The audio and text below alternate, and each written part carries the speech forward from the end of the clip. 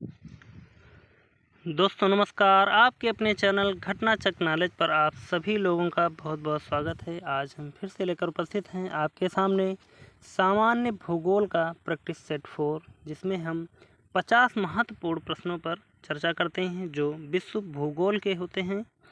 और इसमें क्वेश्चन पहले से ही ऑलरेडी उसका आंसर लिखा हुआ होता है, तो सिर्फ हम एक रिवीजन के तौर पर इस क्लास को लेंगे। तो देखते हैं आज का पहला प्रश्न है, गोबी मरुस्थल किस देश में स्थित है? तो गोबी मरुस्थल हमारा मंगोलिया देश में स्थित है। आगे बढ़ते हैं और अगला प्रश्न देखते हैं। और इस क्लास को आप किसी भी एग्ज़ाम के लिए ले सकते हैं और यह सभी प्रश्न किसी ना किसी एग्ज़ाम में पूछे हुए हैं। तो बढ़ते हैं, अगला प्रश्न है हमारा, सेचुरा मरुभूमि किस देश में स्थित है? तो सेचुरा मरुभूमि पेरू देश में स्थित है। अगला प्रश्न है, हिमनद निर्मित घाटी अंग्रेजी के किस अक्षर की तरह होती है?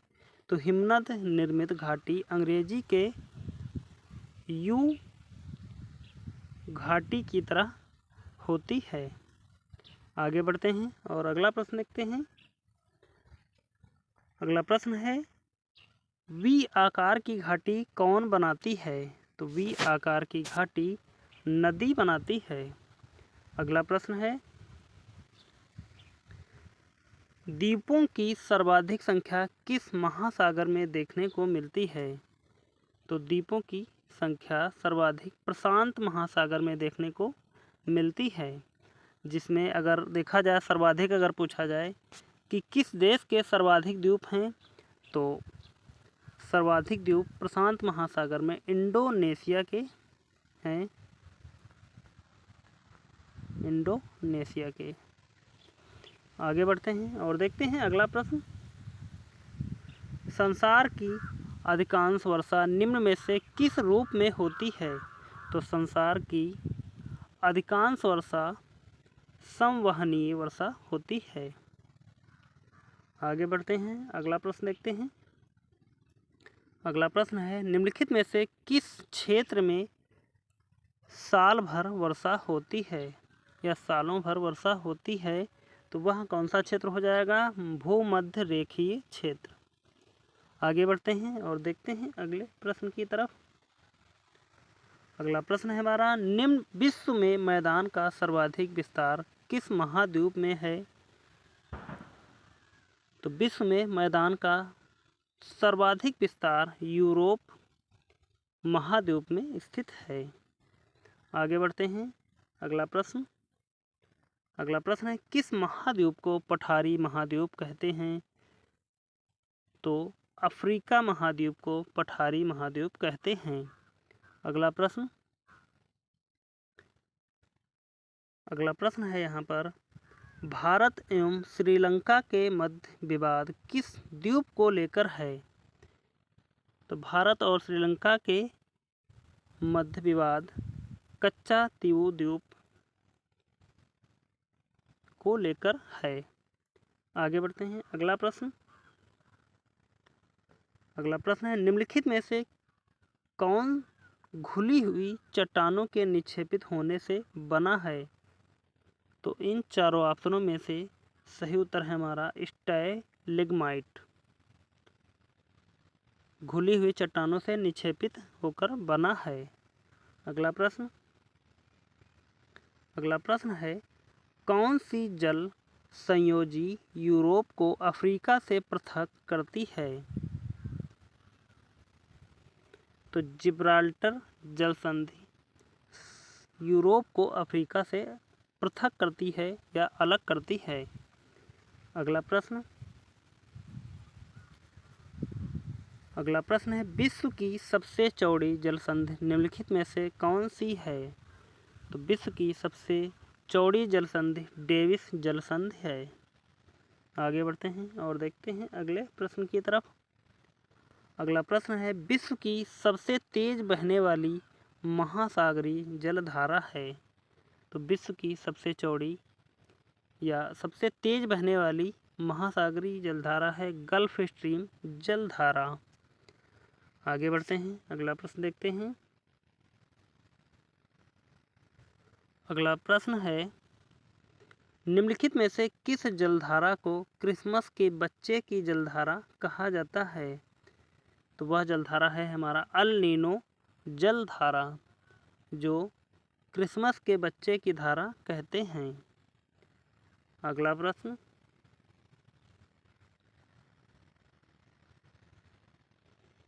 अगला प्रश्न है, गहरा नील रंग होने के कारण किस जलधारा को जापानी लोग जापान की काली धारा कहते हैं? तो गहरा नीला रंग होने के कारण जिस जलधारा को जापानी लोग जापान की काली धारा कहते हैं उसे कहते हैं क्यूराइल जलधारा। आगे बढ़ते हैं, अगला देखते हैं। अगला प्रश्न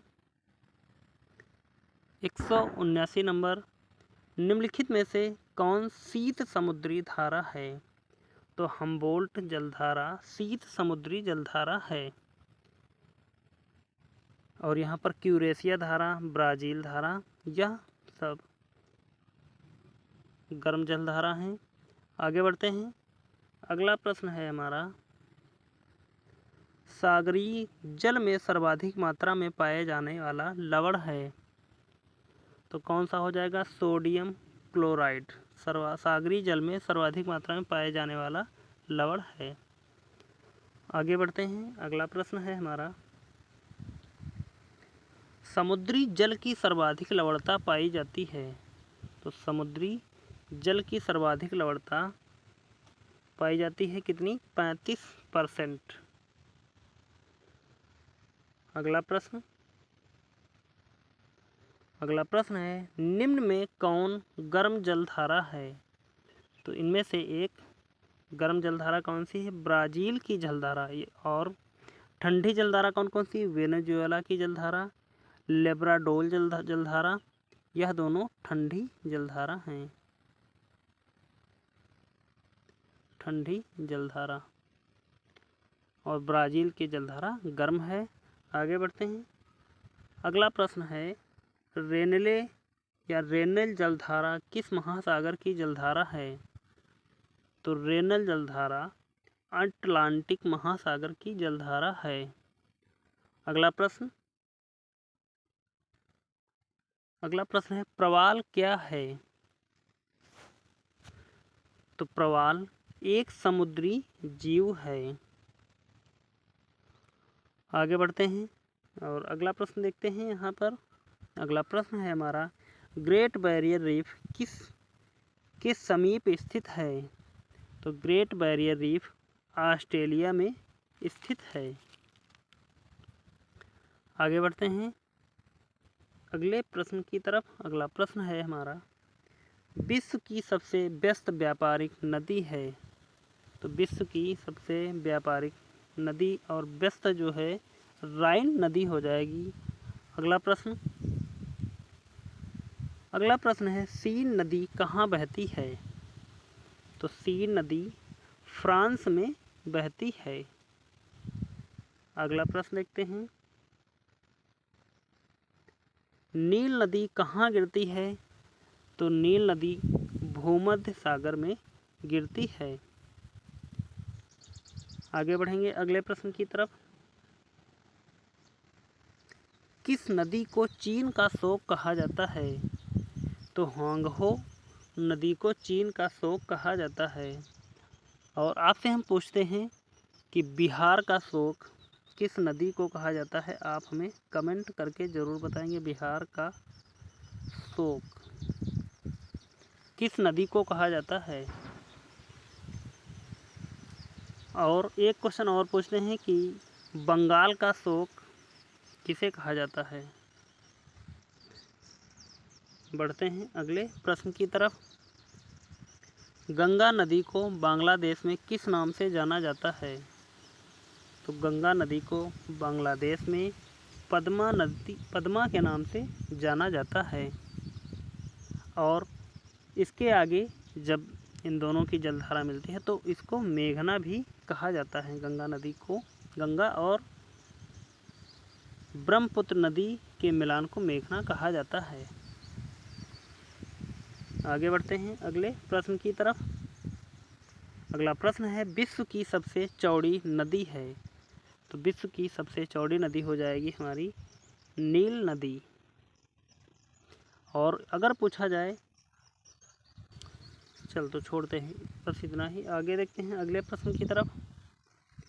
विश्व का सबसे चौड़ी नदी, यानी कि जब पूछा जाए यहाँ पर जल धारण में सबसे चौड़ी नदी कौन सी है, तो जल धारण में सबसे चौड़ी नदी हमारी हो जाएगी अमेजन नदी। तब वहाँ पर नील नदी नहीं लगाएंगे। आगे बढ़ते हैं अगले प्रश्न की तरफ। अगला प्रश्न है, निम्नलिखित में से किस देश में से यूफ्रेटस व टिग्रिस नदियाँ बहती हैं। तो यूफ्रेटस और टिग्रिस नदियाँ इराक से बहती हैं। अगला प्रश्न, वोल्गा नदी कहाँ गिरती है। तो वोल्गा नदी कैस्पियन सागर में गिरती है, या अपने जल को कैस्पियन सागर में गिराती है। अगला प्रश्न देखते हैं।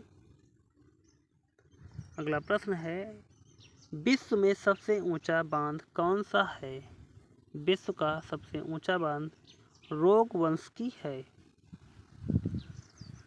अगला प्रश्न देखते हैं, पेरिस शहर किस नदी के तट पर स्थित है। तो पेरिस शहर सीन नदी के तट पर स्थित है। अगला प्रश्न देखते हैं, वियना शहर किस नदी के किनारे बसा है। तो वियना शहर हमारा डेन्यूब नदी के किनारे बसा है। आगे बढ़ते हैं अगला प्रश्न देखते हैं यहाँ पर, रोम नगर किस नदी के किनारे बसा है। तो रोम नगर हमारा टाइबर नदी के किनारे बसा है।